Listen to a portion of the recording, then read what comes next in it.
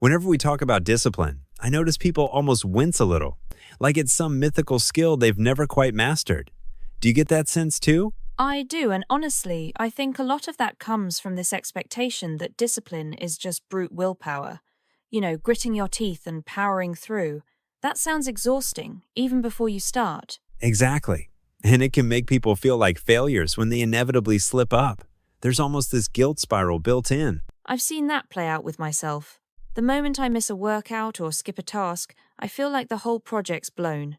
But I suspect discipline might be less about perfection and more about persistence. That idea of persistence instead of perfection really changes the game. What shifted for you when you started seeing it that way? Strangely, it took a lot of stress off my shoulders. Suddenly, discipline wasn't a one-shot thing, it was just about returning to the plan, even after missteps. It's almost like forgiving yourself is part of staying disciplined. That makes so much sense. I mean, if we treat discipline as a cycle rather than a straight line, it becomes way more sustainable. Totally. And honestly, that's what keeps people in the game long-term. Perfection just burns people out. So with that in mind, I keep hearing that habits are the foundation of discipline. Do you buy into that? Absolutely, but with a twist. The best habits seem to be the really tiny ones, so small they feel almost laughable at first. Like, I'll just write one sentence a day. But it builds real momentum. I love that. James Clear talks about atomic habits for a reason, right? The big stuff sneaks up on you after dozens of small wins. Exactly. When I tried to overhaul everything at once, I crashed and burned. But when I started with just making my bed every morning, it set a baseline for the rest of the day. Funny you mention, making your bed environment seems to be a huge part of this. How much does the space around you affect your discipline? Oh, massively. I once read that willpower is overrated, environment is underrated.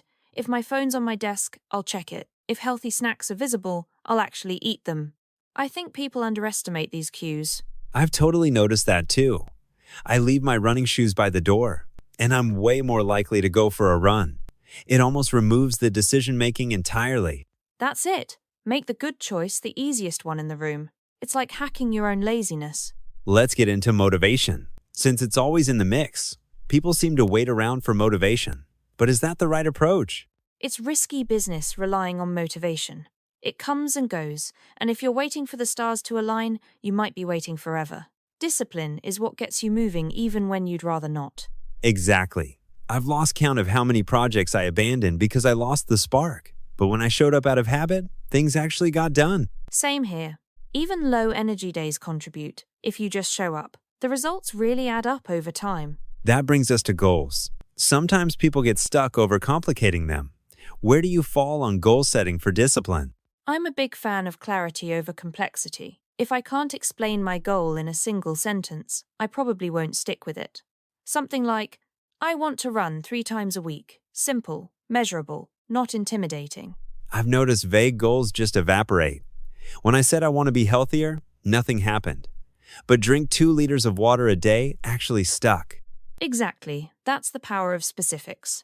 It also makes tracking progress way less overwhelming. Speaking of tracking, have you ever kept a habit tracker or journal? I'm curious if that makes a difference. Oh, I geek out over habit trackers. Crossing off a day might seem small, but it gives a weirdly satisfying sense of accomplishment. It's like a tiny dopamine hit that keeps you going. That makes sense. I've found if I'm not tracking, I start to forget whether I've done the thing or not. Then skipping a day feels less dramatic, and it's easy to fall off. Exactly. Even a quick note in my phone does the trick. It's like leaving breadcrumbs for your future self to stay on track. Setbacks are inevitable, though. How do you deal when you're facing temptation or you've slipped up? First off, I try not to catastrophize. Missing one day doesn't erase all my progress. But I do like to figure out what tripped me up. Was I tired? Was it a bad environment? Did I overcommit? That's so important. Instead of shaming yourself, just treating it like a data point. I find that makes it way easier to get back on the horse. Definitely. I remind myself, nobody's perfect, but resilient people improve the system instead of blaming themselves. It turns setbacks into learning moments. What surprised me most is how much accountability helps. Do you use any accountability tricks to keep yourself on target? Absolutely, I'll rope in a friend, or even just announce my goal publicly. It's almost embarrassing how much more likely I am to follow through when someone else knows about it. That's so true. Even just texting someone, I did my workout, makes it way harder to bail. It's like we're hardwired to let ourselves down, but not others. I've noticed groups or challenges are great for this too. Even shared Google Sheets. Peer pressure can be used for good. Self-compassion seems to keep popping up in all these strategies. How do you practice being kind to yourself without going too easy?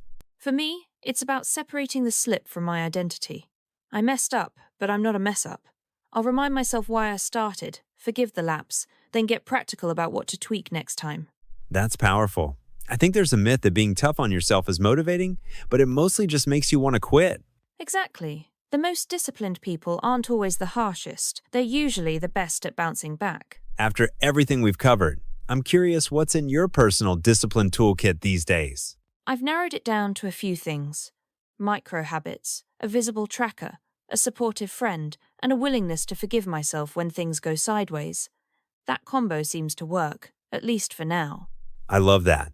For me, the environment piece is huge, removing friction wherever possible. And honestly, just lowering the bar on what counts as a win most days. That's the secret sauce, isn't it? Discipline isn't magic. It's just a bunch of small, doable systems stacked on top of each other. Wrapping up, I think what stands out is just how flexible discipline really can be. It's not that rigid, one-size-fits-all thing we were taught. It's funny, when you stop aiming for this mythical discipline superhero, it actually gets easier to be consistent. Progress starts feeling possible, not punishing. Maybe the real takeaway is to treat discipline like a skill you grow, not a test you pass or fail. I couldn't agree more. If you show up, experiment a little, and forgive yourself along the way, you're already more disciplined than you think.